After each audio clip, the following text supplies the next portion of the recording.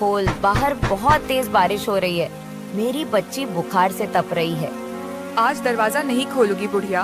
तेरी सजा यही है कि रात भर भीगती रहे बारिश में।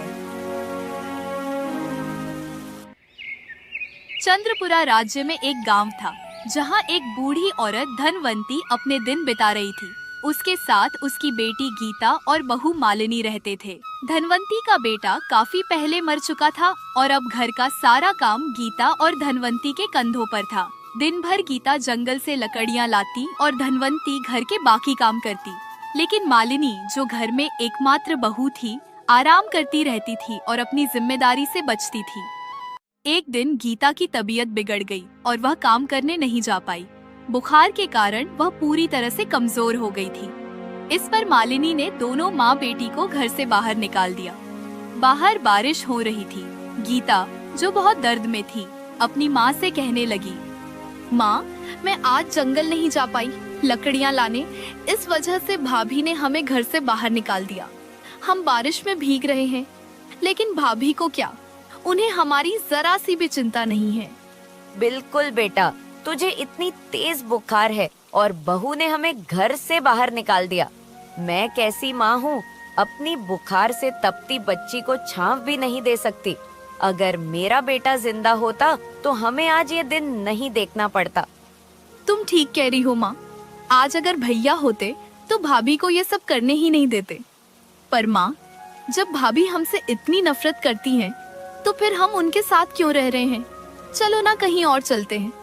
तुम तो वैसे भी सारा घर संभालती हो, मैं बाहर का काम देख लेती हूँ। एक छत की बात है ना माँ, वो भी एक दिन हम खुद बना ही लेंगे। कम से कम रोज रोज भाभी की कड़वी बातें तो नहीं सुननी पड़ेंगी। बिल्कुल बेटा, हम कहीं और जा सकते हैं, लेकिन तेरी भाभी का क्या होगा? हमारे बिना उसका इस दुनिया में कोई नहीं है। वह अकेली रह जाएगी और तुम्हें तो मालूम है वह काफी गुस्से वाली है। गीता और धनवंती के दिलों में कई सवाल थे। इस स्थिति में वे चाहकर भी एक दूसरे को छोड़ नहीं सकते थे। वहीं दूसरी तरफ जमींदार के घर में आभा नाम की एक औरत अपने पति सुरेश के साथ बैठी रो रही थी। आज पूरे 1 साल हो गए थे उसकी सास को इस दुनिया से गए हुए। कभी कभी सोचती हूँ, वो दिन भी कितना अच्छा था जब हम पूरे परिवार के साथ हंसते खेलते थे। मम्मी जी के जाने के बाद तो ऐसा लगता है जैसे सर से साया ही उठ गया हो। ऐसे परेशान मत हो भाग्यवान, वो जहां भी होंगी खुश होंगी, और ऊपर से तुझे ऐसे रोते हुए देखेंगी तो उन्हें बुरा लगेगा। कभी कभी तो मुझे ऐसा लगता है जैसे मैंने अपनी माँ को नहीं, तूने तेरी माँ को खोया है। ये तो समझने की बात है जी, सास भी तो माँ से कम नहीं होती। सुरेश ने सहमति में सिर हिलाया, फिर एक पल ठहर कर बोला, उधर धनवंती की बेटी है जो पूरे दिन जंगलों में लकड़ी बीनती है, आदमियों की तरह मेहनत करती है ताकि घर में कुछ खाने को ला सके। और धनवंती की बहू, वो तो दोनों माँ बेटी का जीना हराम किए हुए हैं। तो जी, उनको अपने घर ले आइए ना। हमारे घर में फिर से माँ की आहट होगी, एक छोटी बहन का प्यार मिलेगा। ऊपर वाले का दिया सब कुछ है हमारे पास, किसी चीज की कमी नहीं है। कैसी बातें करती हो? परिवार परिवार होता है, और धनवंती की बहू तो ना घर का काम करती है ना बाहर का। भूखी मर जाएगी मगर मेहनत नहीं करेगी, बस ताने मारने और सास ननद पर जुल्म करने में लगी रहती है। और धनवंती सब सह सकती है, लेकिन अपनी बहू को कभी अकेला नहीं छोड़ सकती। उधर जैसे ही बारिश थमी, सुबह हो चुकी थी। मालिनी ने झोंपड़ी का दरवाजा खोला और गीता से बोली, सुबह हो गई है, अब जल्दी से जंगल जा या किसी के खेतों से सब्जी मांग के ले आ। घर में कुछ ढंग का लेकर घुसना, वरना कल रात की तरह आज भी बाहर ही सोना पड़ेगा। बहू, मेरी गीता पूरी रात बुखार में तड़पती रही, एक पल के लिए भी आंख नहीं लगी उसे। अब तो उसे घर के अंदर आने दे, थोड़ा आराम करेगी तो शायद बुखार भी उतर जाए। अगर तू कहे तो गीता की जगह मैं ही काम पर चली जाती हूँ। गीता को आराम की जरूरत है, उसे थोड़ा आराम कर लेने दे। मालिनी ने हंसते हुए ताना मारा, हाँ हाँ बुढ़िया, तेरे लिए तो घर में बहुत काम पड़े हैं। चल जाकर बर्तन मांज, थोड़ा खाना भी पका ले, भूख से जान निकली जा रही है मेरी। धनवंती लाख कोशिश करती रही कि मालिनी गीता को कुछ देर आराम करने दे, लेकिन मालिनी ने जरा भी दया नहीं दिखाई और बीमार गीता को काम पर भेज ही दिया। उधर गांव की चौपाल में मुखिया धर्मपाल सभा कर रहे थे। तभी एक अजीब सी बूढ़ी औरत मंजुला सभा में आधम की। मुखिया जी सुन लो, आने वाली पूर्णिमा की 11वीं तिथि को तुम्हारी मृत्यु निश्चित है और इसकी आहट आज से ही तुम्हारी हवेली में दिखाई देगी। मुखिया यह सुनते ही हक्का बक्का रह गया। उसने सामने देखा एक वृद्धा खड़ी थी जिसकी आंखों में अजीब सी भयावह चमक थी। उसे देखकर मुखिया के भीतर एक अनजानी दहशत दौड़ गई। बूढ़िया ने मुखिया को कुछ बोलने का मौका भी नहीं दिया और अपना भयावह संदेश सुनाकर पलटने लगी। मुखिया ने खुद को संभालते हुए रोका और पूछा, कौन हो तुम और किस अधिकार से हमारे जीवन मरण की भविष्यवाणी कर रही हो? हम तो पूरी तरह से स्वस्थ हैं। मैंने अपनी तंत्र साधना से देख लिया है, तुम पर एक भारी विपत्ति टूटने वाली है। कौन सी विपत्ति? यह तो मैं नहीं बता सकती, पर इतना जान लो कि आज से ही तुम्हारी बर्बादी शुरू हो जाएगी। यह कहकर वह जाने लगी। मुखिया फिर उसके पास पहुंचा और कठोर स्वर में बोला, अगर तू तंत्र मंत्र की जानकार है तो सुन ले, हमें तेरी बातों पर तनिक भी विश्वास नहीं। अगर ज्यादा उकसाया तो गुस्से में कुछ ऐसा कर बैठेंगे जिसकी तू कल्पना भी नहीं कर सकती। तुम मेरा अपमान कर रहे हो मुखिया धर्मपाल, इसकी सजा तुम्हें अवश्य मिलेगी। मेरा काम सच बताना था, विश्वास करना या न करना अब तेरी किस्मत पर है। पर याद रख, जिस घमंड से तू मुझे भगा रहा है वही घमंड तुझे सबसे बड़ा दुख देगा।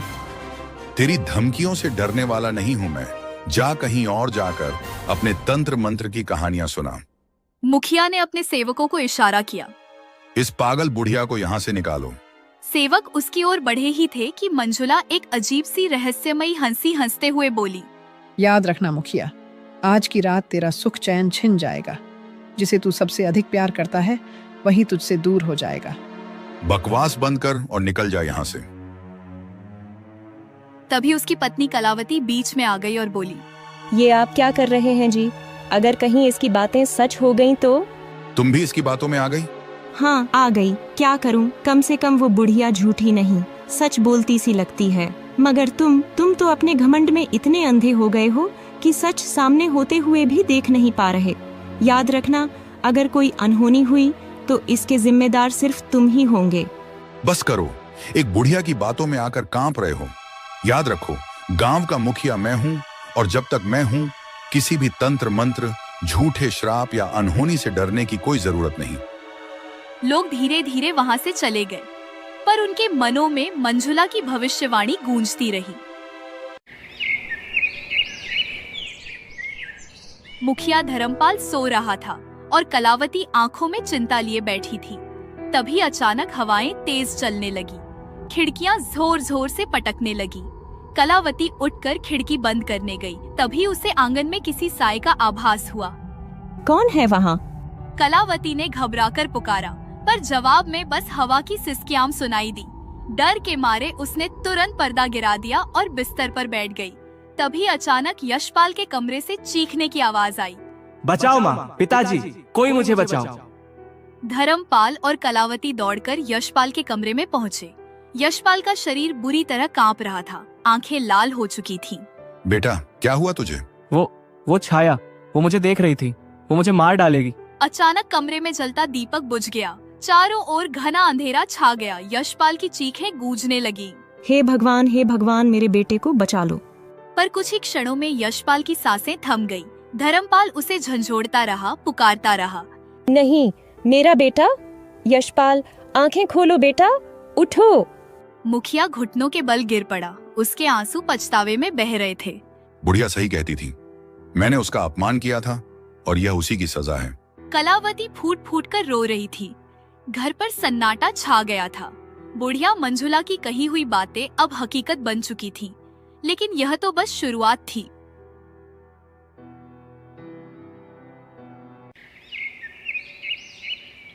रघु, इस बार हमारी फसल अच्छी होनी चाहिए। मैंने बहुत पैसा लगाया है। मुखिया जी, कल रात अजीब हादसा हुआ, पूरी फसल बर्बाद हो गई। कोई काली आंधी आई थी। मुखिया भागते हुए खेतों की ओर गया। वहां पहुंचकर उसके पैरों तले जमीन खिसक गई। पूरा खेत उजड़ चुका था। यह जरूर किसी की साजिश है। पर मुखिया जी, लोगों ने एक काली छाया देखी थी। कहते हैं यह मंजुला बुढ़िया का श्राप है। चुप रहो, मैं इन बकवास बातों पर विश्वास नहीं करता। फसल की बर्बादी के बाद मुखिया ने व्यापार पर ध्यान देना चाहा, लेकिन वहाँ भी किस्मत ने उसका साथ छोड़ दिया। मुखिया जी, आपने जो सामान बेचा